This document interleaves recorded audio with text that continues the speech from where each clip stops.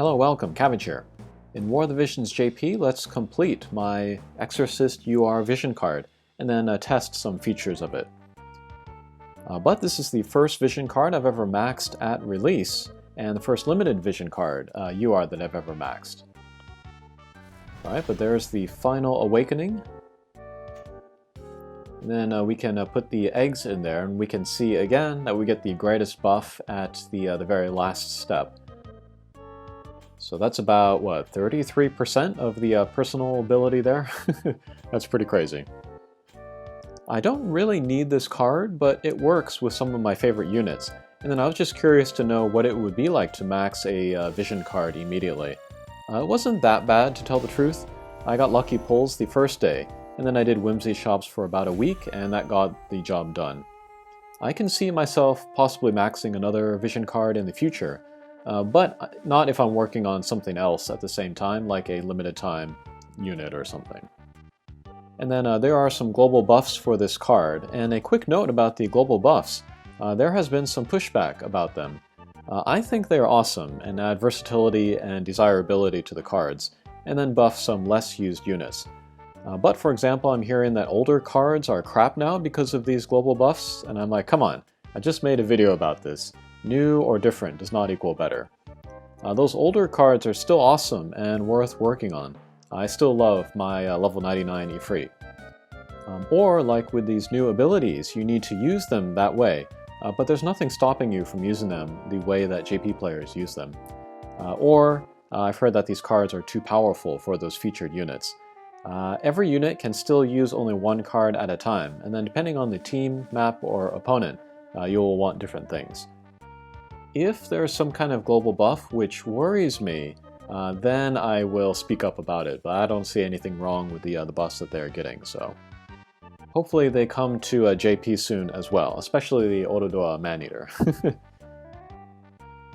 In the big picture, this Exorcist card will not raise your overall damage output. I think of it more as like insurance against slash-resistant teams. In a lot of cases, like Ifrit, or the Muraga Screaming Whatever card will be better for you. But this Exorcist card can enable certain team comps against certain units that you wouldn't consider otherwise. Basically, you address the major weakness of slash units and teams, and so actually you could better enable those slash-based teams in PvP, where you might not know what your opponent is going to use beforehand, like guild battles or class matches.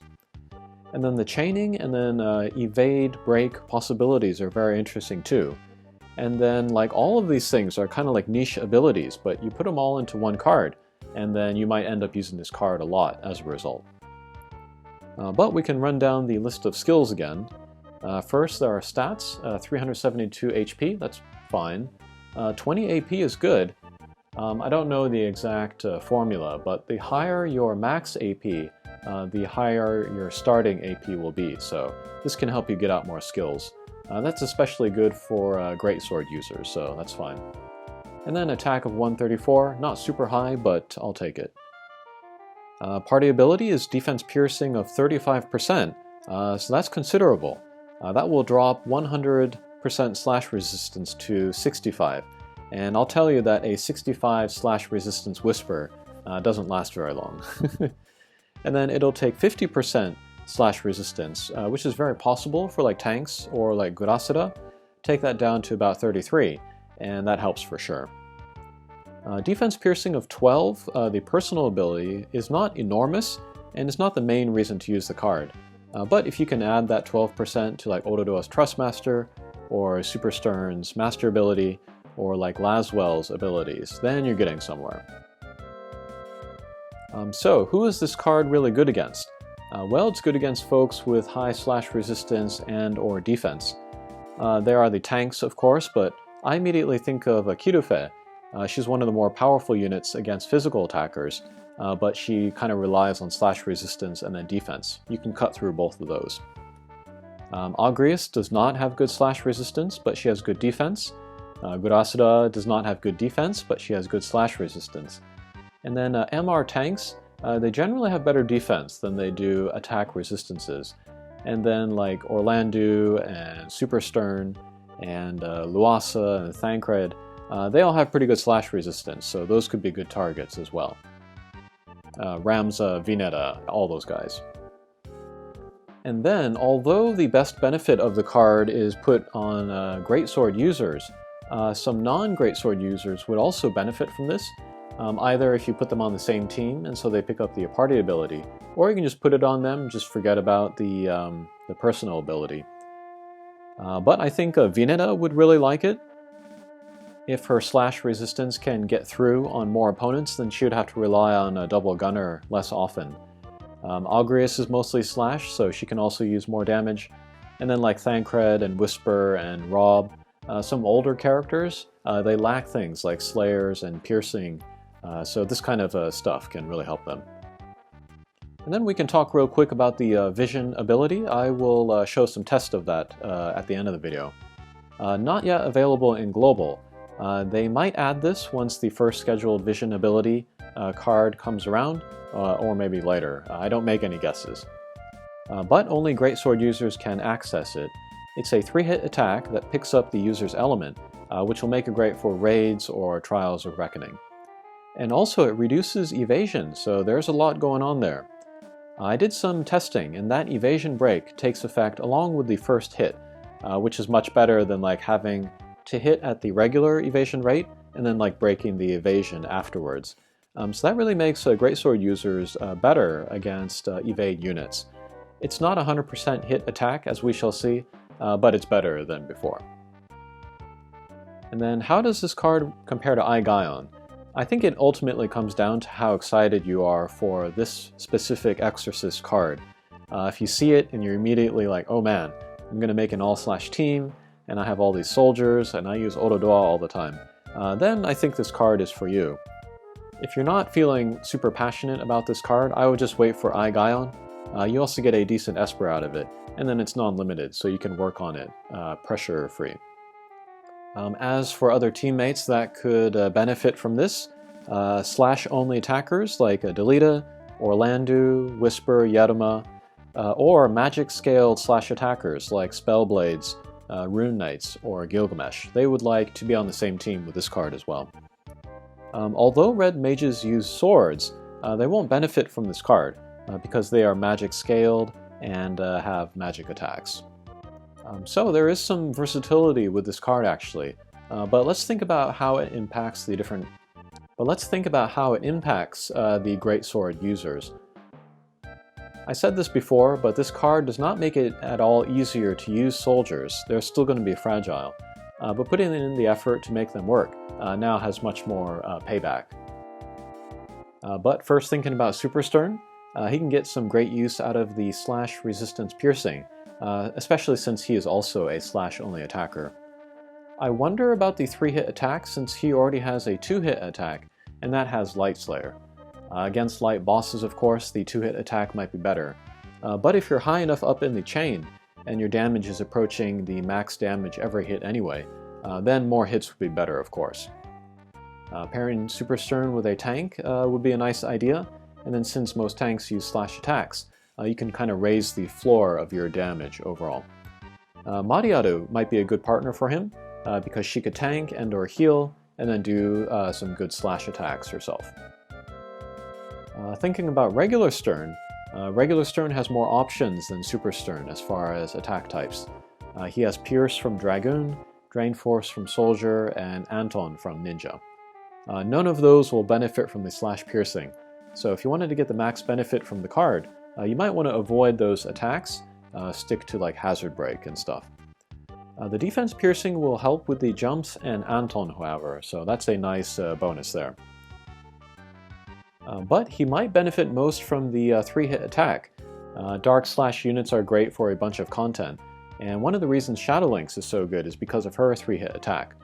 But Stern with a 3-hit attack will do more damage, so he'll become very desirable for raids and Trials of Reckoning.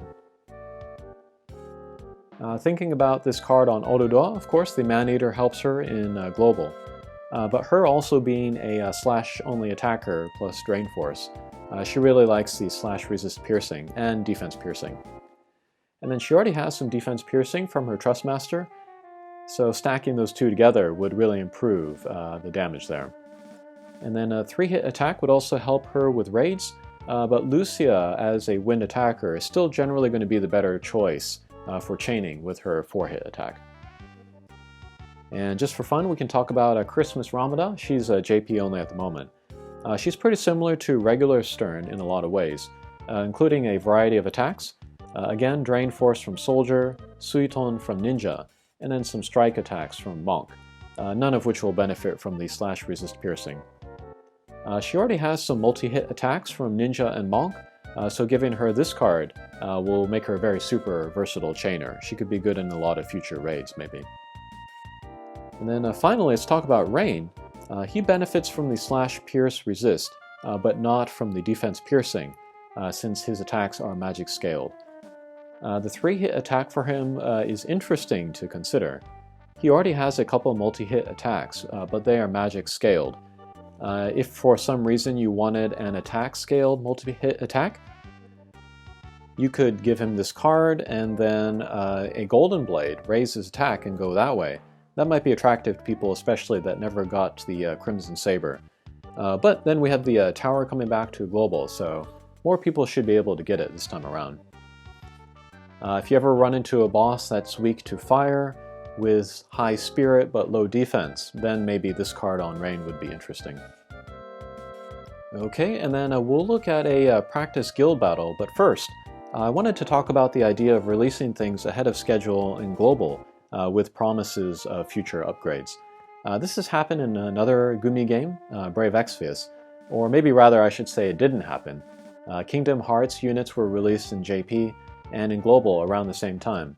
But the units were nerfed for Global to match that meta, but with a promise for a future buff when the time was right, but that never ended up happening. And I also seem to remember a 7-star Explorer Eileen being promised, but that also never happened.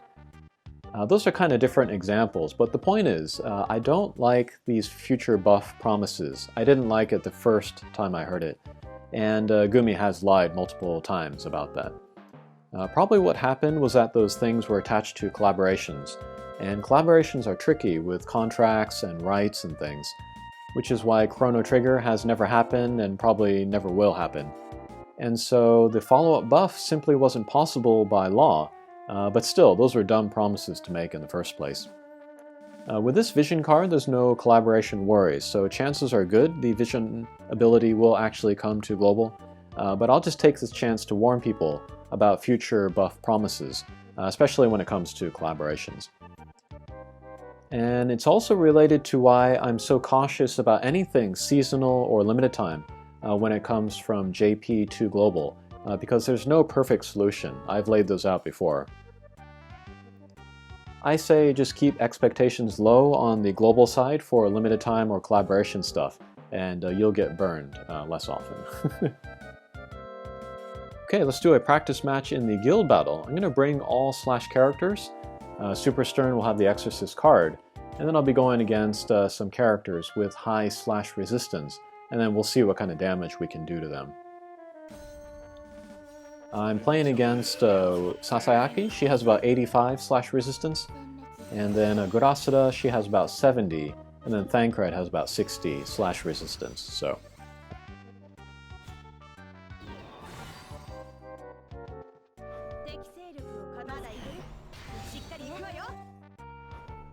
And I really wanted to put Sasayaki on my attack team because she's one of the characters that can really benefit from being on the same team as this card. But she's also a good slash resistance character, so we'll just put her on defense this time. And Mayachin, in a recent video, he got some crazy damage out of Mariaru. I'd like to replicate that effect if I could. Okay, here comes Super Stern. Hazard Crash, about 3,000 damage on each character. And if you saw from before, I added Muraga's Vision card, so that will raise the slash attack. That has pretty good synergy with the Exorcist Vision card.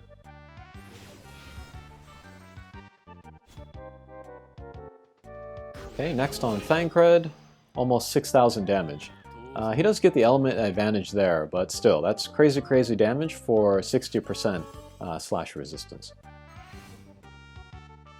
Okay, next let's head into a story quest. And then here we're just going to check the evade on Vineta. With Super Stern, first let's attack from the front, 21%. We'll attack from the side, 36%.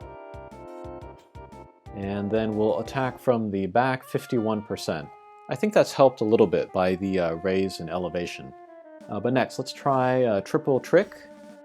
Rises to 61% from the front. And from the side, rises to 76.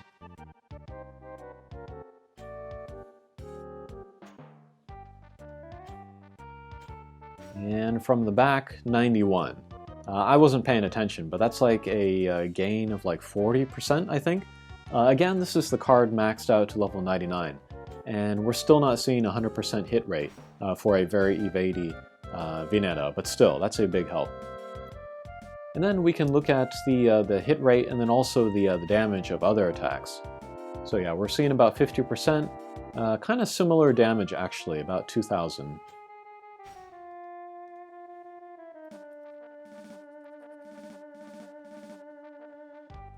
But yeah, even for similar damage, to have that 40% higher accuracy rate is very, very nice. Okay, so that was a look at the level 99 Exorcist card. This is really going to push me in the direction of making all slash teams or using soldiers more often, so I'm pretty excited about this one. Alright, let me know if you're going to pull for this in global. I want to know. Thanks for watching, and we'll see you again. Take care.